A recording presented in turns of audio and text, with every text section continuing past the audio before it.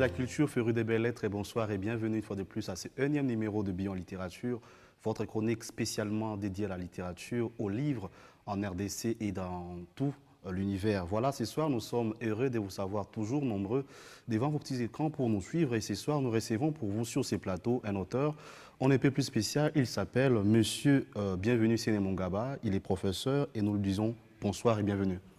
Bonsoir. Oui, ça sonne bien, hein. Vous appelez bienvenue, nous souhaitons le bienvenu sur ces plateaux de Billon Littérature.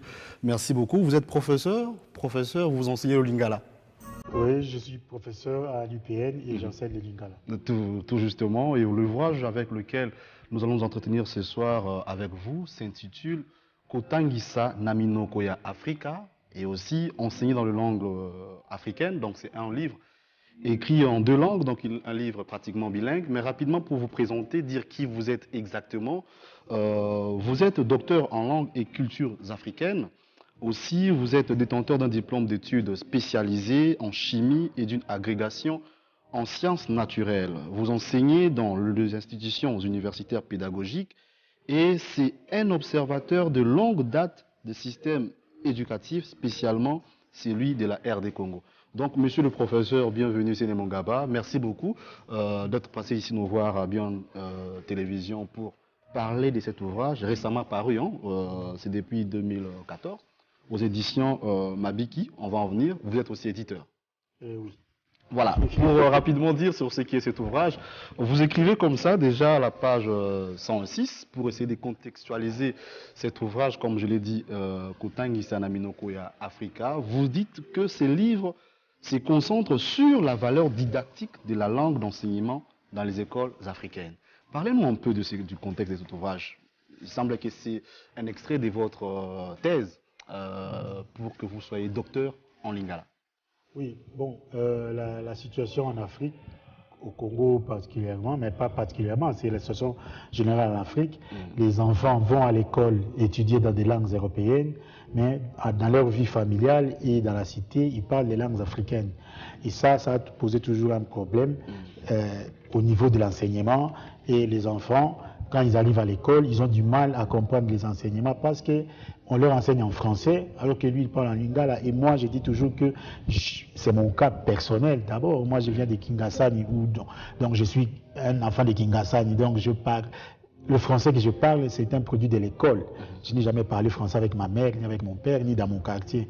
Donc, quand j'allais à l'école, j'étais obligé de prendre ce qu'on m'enseignait en français, de l'amener en lingala, pour les comprendre et les ramener en français pour répondre au professeur. Vous voyez cette démarche. Et quand j'ai terminé les études, et avant d'entamer les études postdoctorales, j'ai été enseignant du secondaire.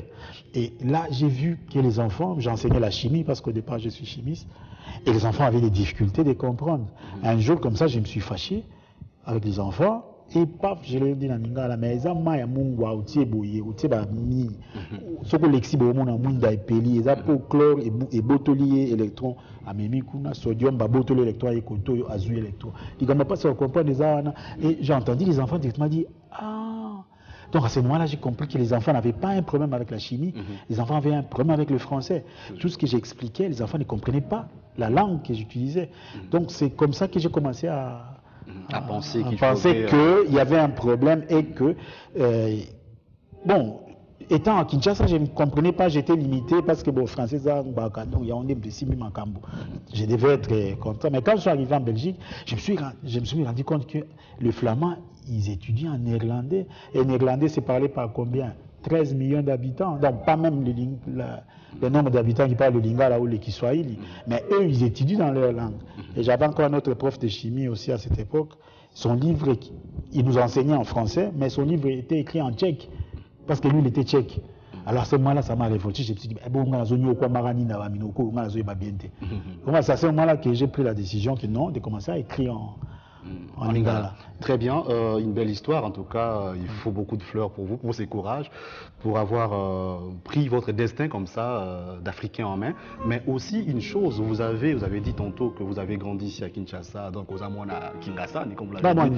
Voilà, mais après, pourquoi est-ce qu'au moment où vous prenez conscience qu'il faut écrire une thèse en lingala pour essayer de promouvoir cette langue dans l'enseignement ici en Afrique et particulièrement au Congo, vous devriez vous revenir vers l'autre qu'on appelle entre guillemets l'oncle pour que lui puisse valider votre thèse.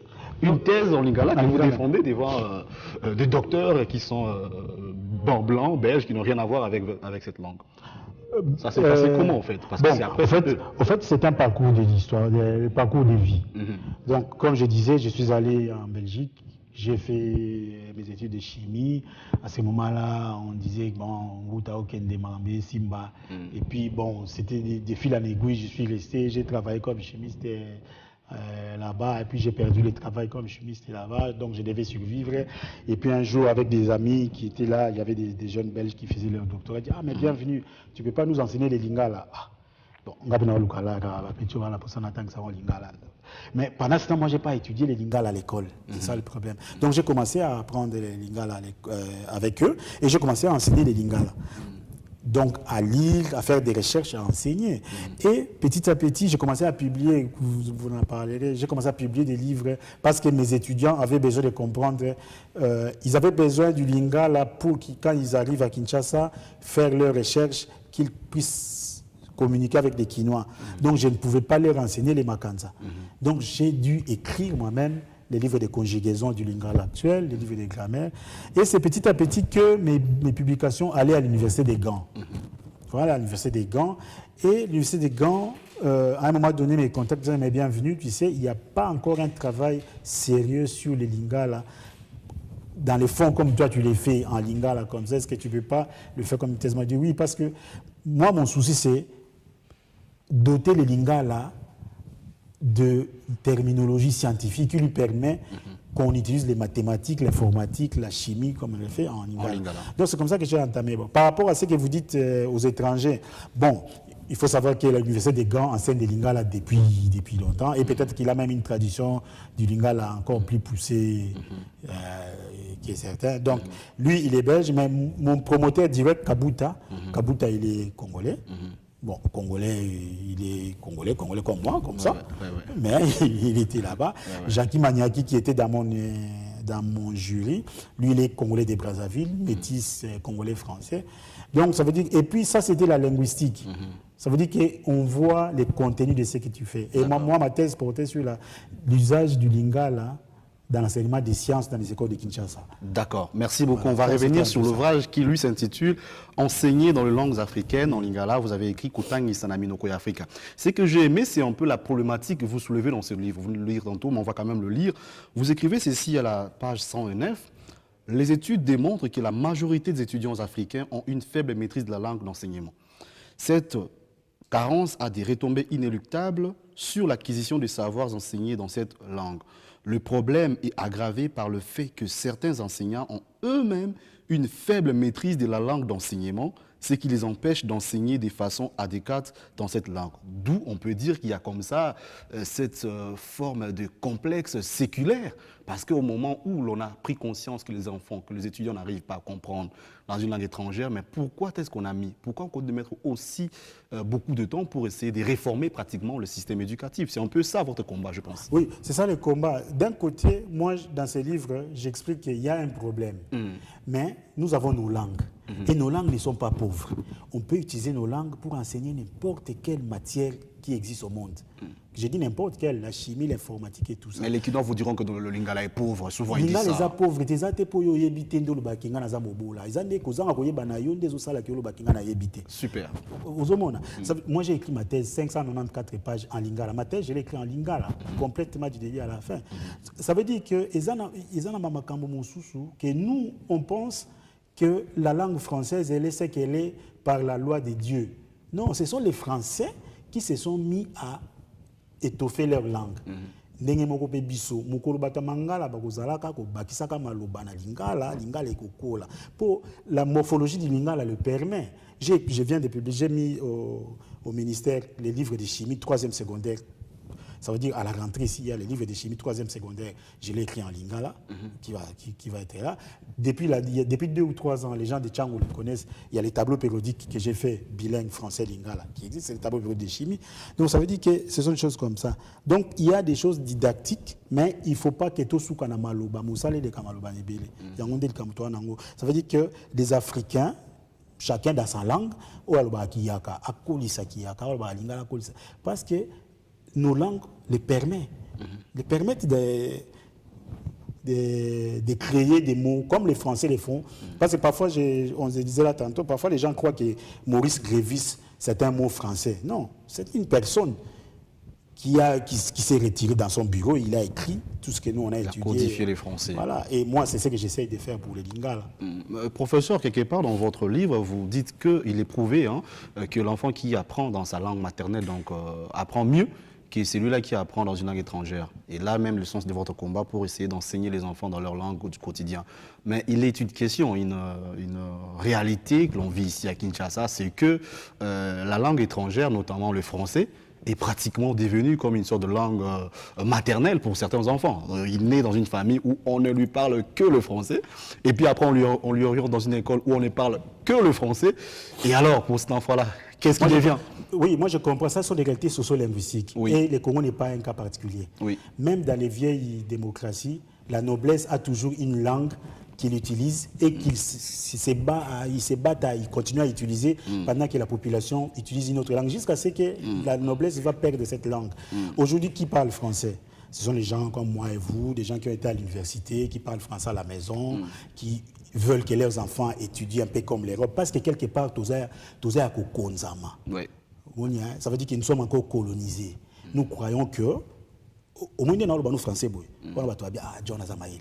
Mais ceux qui bandent tout bandent qui bandent naombo paka linga appelle-moi linga ça d'ailleurs au moins ça veut dire que nous avons ces problèmes là et nos instruits qui auraient dû avancer nos langues, ce sont les premiers nous voilà les gens comme moi ça veut dire qu'ils sont là en train de dénigrer notre propre culture et cette histoire là va très loin.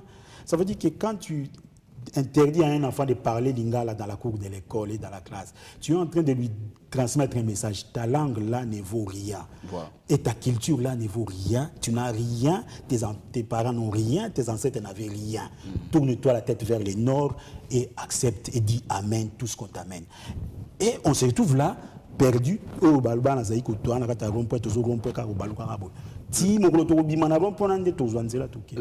La théorie du coloniat, dont le professeur, j'aime bien comment vous l'expliquez aussi, vous le commentez, mais il faut revenir sur une chose, c'est que vous dites, et vous venez à peine de le dire, c'est très intéressant, c'est que le colon, lui, avait pensé placer le lingala comme langue d'enseignement. Mais juste après la colonisation, vous dites dans cet ouvrage, l'homme qui devient indépendant s'est dit non, plus question de lingala, maintenant c'est le français. Oui. Et aujourd'hui même encore c'est la même chose. On va penser, quand je lis votre ouvrage, c'est très intéressant, je rappelle le titre Kotang Gisa Namino Koya Africa, vous dites quelque part, mais voilà, quelle bêtise pour l'homme africain, c'est que il devient indépendant, il s'est dit non, plus question de lingala. Hier, si on peut comparer le lingala avec le tenue vestimentaire, Mobutu qui fait les recours à l'authenticité dit Abakos.